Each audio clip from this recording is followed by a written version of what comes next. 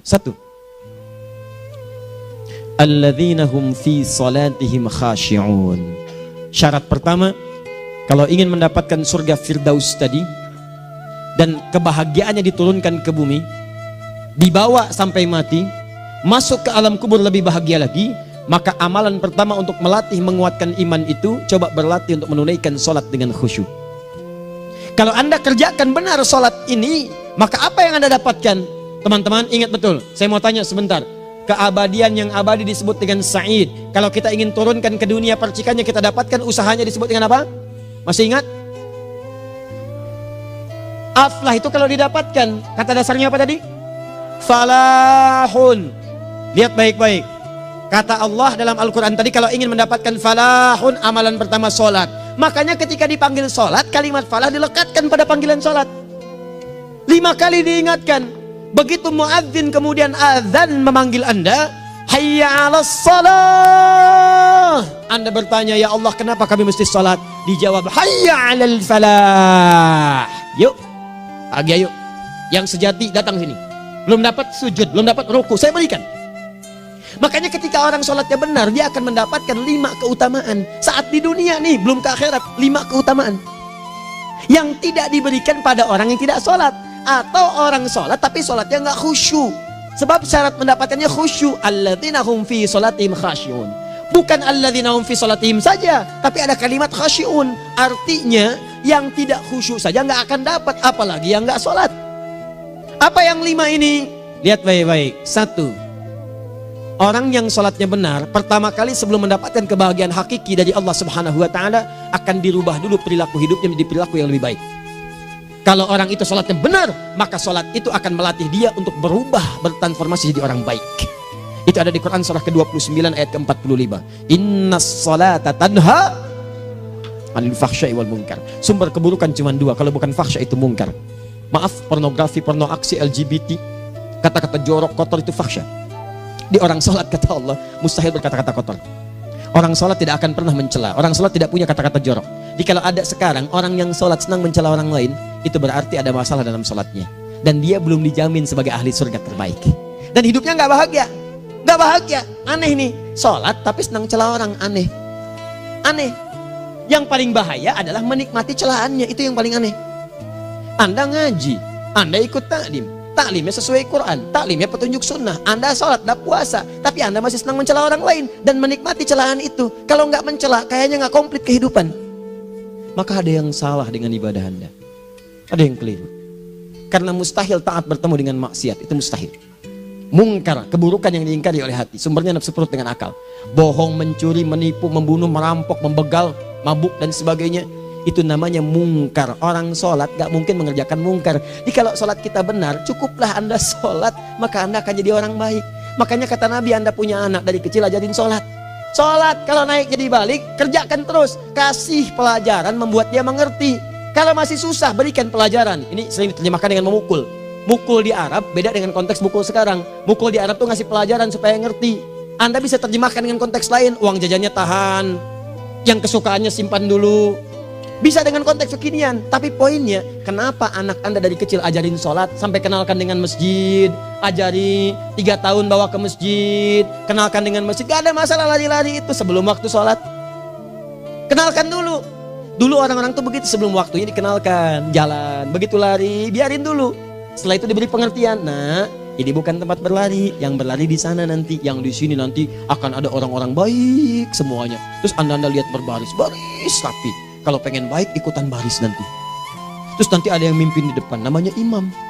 Imam itu siapa ya? Tetangga kita bukan yang Pak Imam, bukan. Bukan. Kalau tetangga kita namanya Imam S. Arifin. Kalau yang ini imam sholat namanya. Imam sholat itu nanti akan pimpin menyembah Allah. Allah siapa ya? Allah itulah yang memberikan ayah rizki.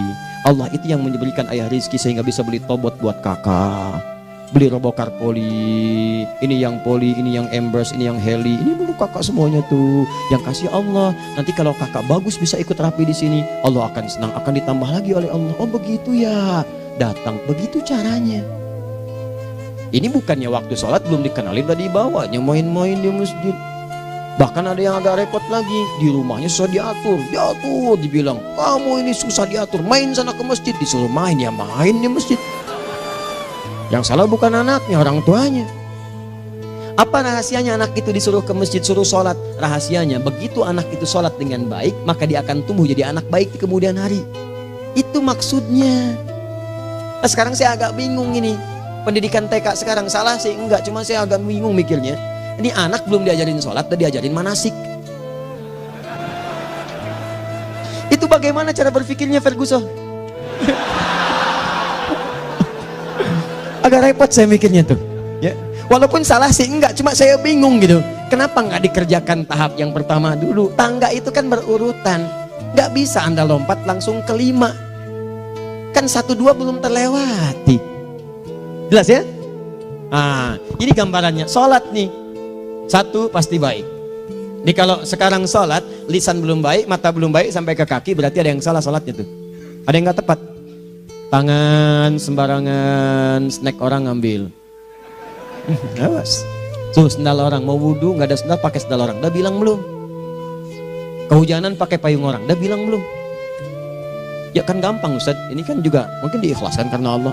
Ya ikhlas, cuman pakainya belum minjam. Bagaimana kalau sedang pegang payung itu keluar, Anda meninggal? Coba mikirin ke situ. Coba ke kantor. Kalau didorong proyek yang nggak jelas, minta tanda tangan, pikirin dulu bagaimana kalau meninggal.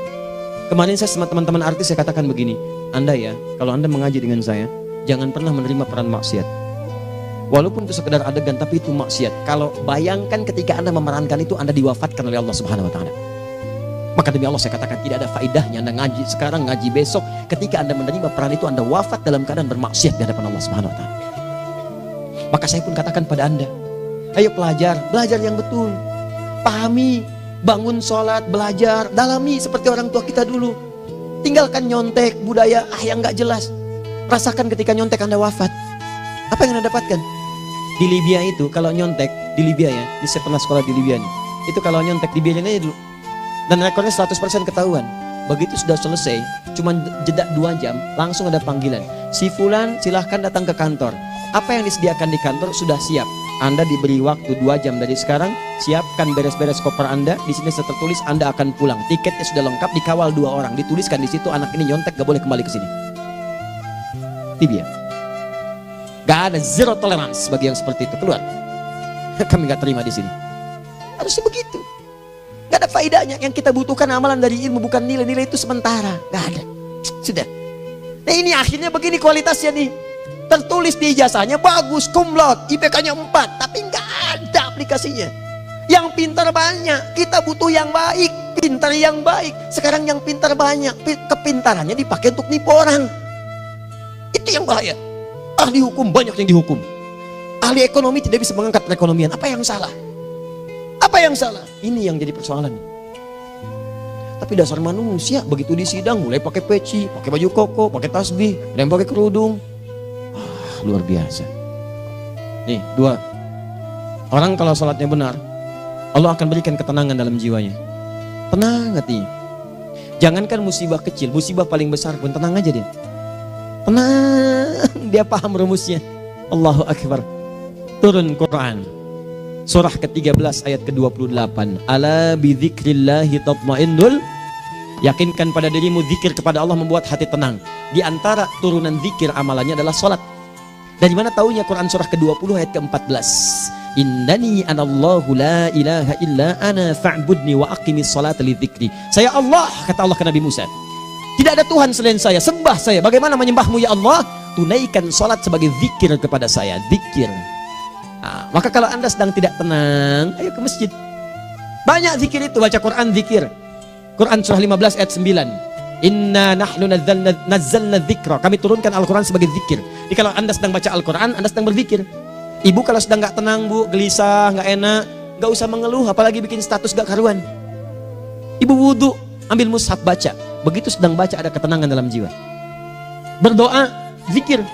Kalau sedang gak tenang, besok ada proyek, doa dulu. Doa itu memberikan ketenangan. Makanya doa disebut dengan zikir. Quran surah ke-7 ayat 205. Wadhkur rabbaka fi nafsika tadarruan wa khifatan wa dunal jahri minal qaul. Ayo berzikir, minta kepada Allah dengan segenap jiwamu, mohon dengan penuh ketawaduan. nanti ketenangan diberikan. Menghafal Quran, baca itu zikir. Quran surah ke-54 ayat 17, 22, 32, 40. Walaqad yassarnal Qur'ana lidzikri fahal mim mudzakir. Menyebut nama Allah Al-Asmaul Husna itu zikir. Sedang ada persoalan, ya Allah, ya Allah, ya Allah, ya Rahman, ya Rahim, ya Malik, ya Qudus, ya Allah, ya Allah, ya Allah, ya Allah. Zikir. Dalilnya Quran surah kedua ayat 152. Fadhkuruni adzkurkum. Sebut namaku, zikir. Apapun akan mengingatmu. Gimana menyebutnya? Ditafsir di Quran surah 17. Ayat keberapa? 110. Qulid Allah awid Rahman ayyamma tad'u falahul asmaul husna. Sebut nama Allah. Itu menenteramkan pada jiwa. Sedangkan sholat gabungan dari semua zikir tadi. Bukankah dalam sholat Anda baca Al-Quran? Bukankah dalam sholat Anda menghafal Al-Quran? Bukankah dalam sholat Anda berdoa? Bukankah dalam sholat Anda istighfar? Anda mohon digabungkan semua itu. Amalan sholat menggabungkan semua jenis zikir. Masa Anda nggak tenang juga? Makanya sholat, jangankan sholat ya, tempat sholat itu yang menenangkan. Tempat sholat, tempat paling tenang di muka bumi. Kalau nggak percaya silahkan ya, Anda sebelum masuk ke Istiqomah ini, begitu Anda masuk kan perasaannya beda kan? Lain.